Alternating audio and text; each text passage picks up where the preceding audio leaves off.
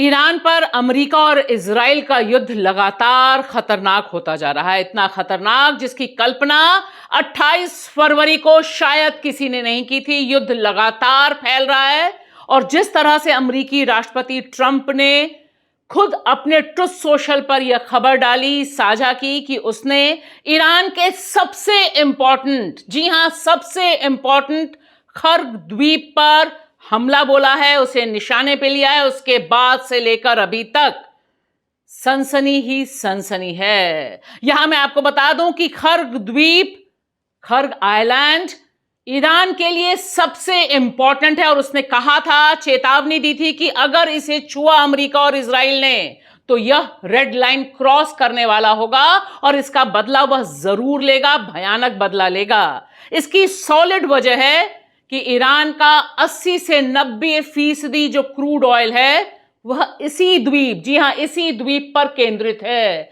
यहीं से सप्लाई होती है, यानी ईरान का लाइफलाइन है यह द्वीप।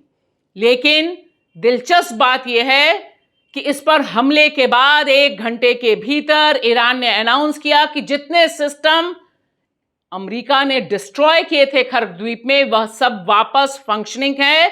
फिलहाल ईरान की माने तो अभी हमला सिर्फ वहां पर जो सैन्य एस्टैब्लिशमेंट है उस पर हुआ था। लेकिन युद्ध कैसे फैल रहा है, कैसे फैल सकता है, इसकी एक मिसाल नॉर्थ कोरिया ने जो 10 बैलिस्टिक मिसाइल लॉन्च की हैं उससे जाहिर होता है। नॉर्थ कोरिया की बैलिस्टिक मिसाइल के लॉन्च होने से जापान में कपकपी आ गई है और उसकी सॉलिड वजह यह नक्शा है।